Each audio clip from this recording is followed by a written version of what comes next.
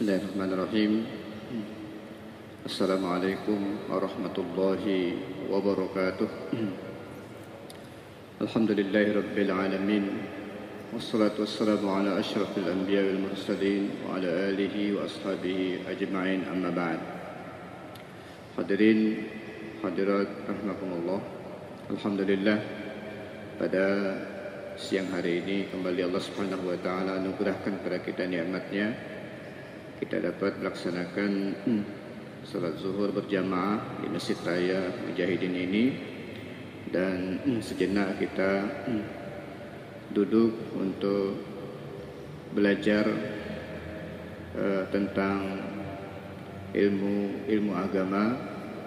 Hari ini kami ingin menyampaikan kembali tentang perumpamaan yang disampaikan oleh Rasulullah sallallahu alaihi wasallam untuk menjelaskan kepada kita sesuatu yang sulit digambarkan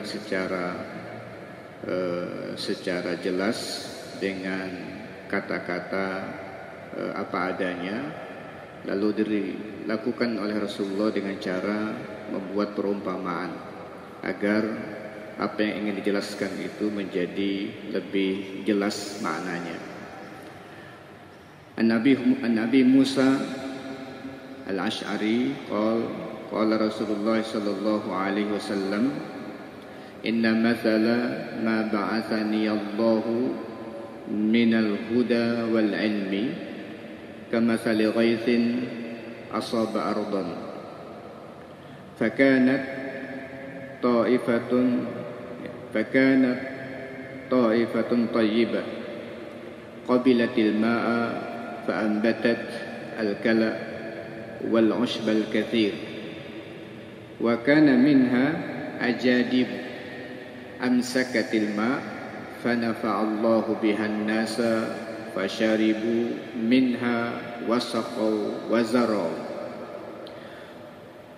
wa asaba ta'ifatan minha ukhra innama hiya ki'an la tumsiku ma'an wa la tumbitu kala'an fadzalika mathalu man faqaha fi dinillahi wa nafa'ahu bima ba'athani Allahu bihi fa'alima wa 'allam wa mathalu man lam yarfa bidzalika ra'san wa lam yaqbal hudallah alladzi ursiltu bihi. Hadis diriwayatkan oleh Imam Bukhari dan Muslim. Dari Abu Musa, beliau berkata, Rasulullah sallallahu alaihi wasallam bersabda, inna mathala ma ba'athani Allah bihi minal huda wal ilm. Sungguhnya perumpamaan apa yang aku diutus oleh Allah Subhanahu wa taala dari hidayah dan ilmu, seperti hujan yang menimpa bumi, seperti hujan yang mengguyur bumi. Lalu ketika sampai ke tanah, maka tanah yang menerima air hujan itu ada 3 jenisnya.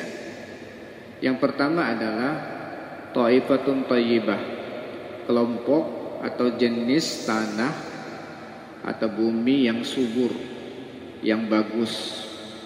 Yang kirinya adalah qabilatil ma', dia menerima air, fa'ambatat al-kala wal 'ushbal katsir, dia bisa menumbuhkan berbagai macam jenis pohon-pohonan dan rerumputan. Jadi yang pertama, Rasulullah Shallallahu Alaihi Wasallam ingin menjelaskan bahwa perumpamaan beliau diutus dengan ilmu dan hidayah dari Allah Subhanahu Wa Taala kepada manusia itu diibaratkan seperti hujan yang turun dari langit lalu mengguyur bumi dan sampailah air itu ke tanah. Nah, ketika sampai di tanah, air itu ada 3 jenisnya. Ada tiga tipologi tanah. Yang pertama adalah tanah subur. Yang ciri-cirinya tanah subur itu menerima air, bisa menyerap air, lalu menumbuhkan banyak pohon dan rumput-rumputan. Lalu jenis yang kedua, fanafa'allahu biha, ya. Kemudian jenis yang kedua itu adalah ajadib. Tanahnya ajadib namanya. Ajadib itu dia tanah ini tidak menyerap air tetapi menampung. Tanah ini tidak menyerap air tapi menampung air. Sehingga dikatakan di dalam hadis ini amsakatil ma, dia bisa menahan air. Fanafa'allahu bihan nas fasyaribu minha wasaqaw wazarau. Dan karena air tertampung, enggak menyerap ke dalam, maka banyak orang mengambil manfaat dari air itu. Ada yang minum, ada yang memberikan untuk pengairan, ada yang dipakai untuk menanam. Jadi air tertampung dimanfaatkan oleh orang untuk minum, kemudian untuk pengairan di usaha pertanian mereka, ada juga yang dipakai untuk menumbuhkan tanam-tanaman. Lalu ada yang lain, kelompok jenis ketiga dari tanah adalah tanah yang tidak bisa menampung, ya, tanah yang tidak bisa menampung apa-apa. Disebut oleh Rasulullah nama jenis tanah ini kian, ya. Nama jenis tanah ini kian.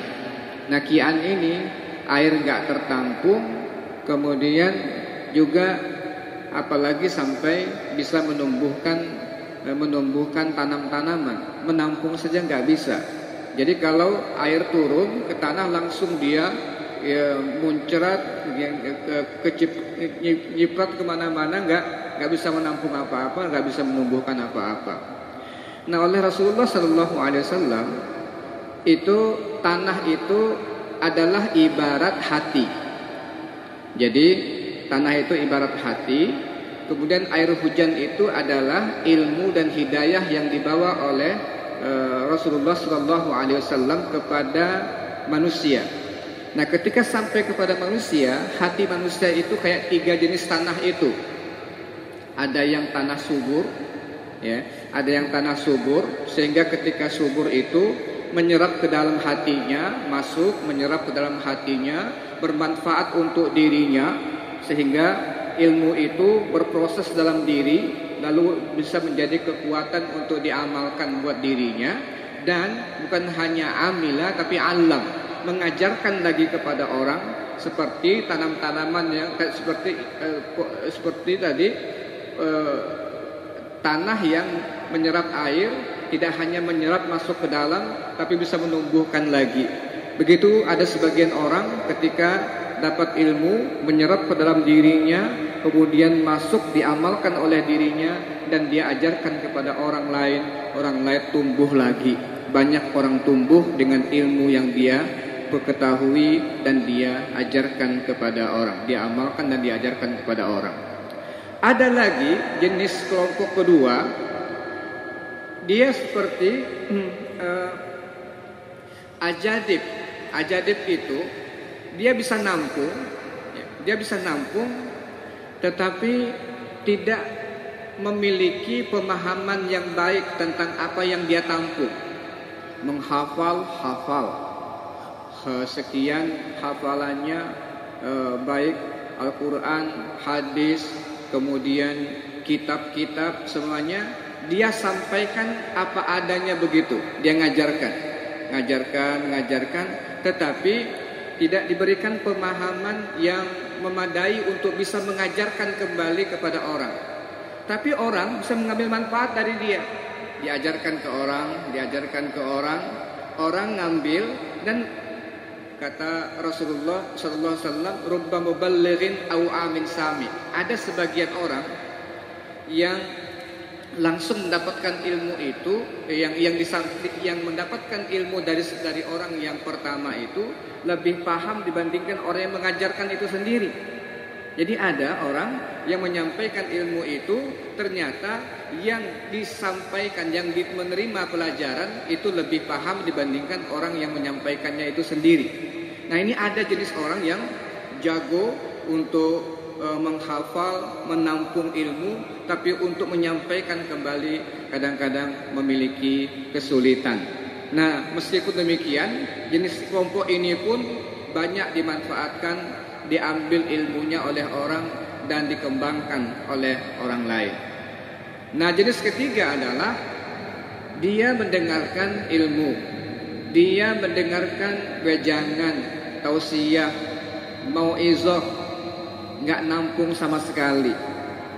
Jadi kalau sebagian orang menerjemahkannya dengan batu cadas, air turun langsung kemana-mana, dia tidak bisa menampung apa-apa, nggak bisa sama sekali lengket di situ, lari kemana-mana airnya, sehingga tidak ada manfaatnya buat dirinya, tidak ada manfaatnya buat orang lain. Nah, demikianlah kata Rasulullah sallallahu alaihi wasallam perumpamaan orang yang belajar ilmu agama yang aku sampaikan kepada mereka. Ada 3 jenis manusia.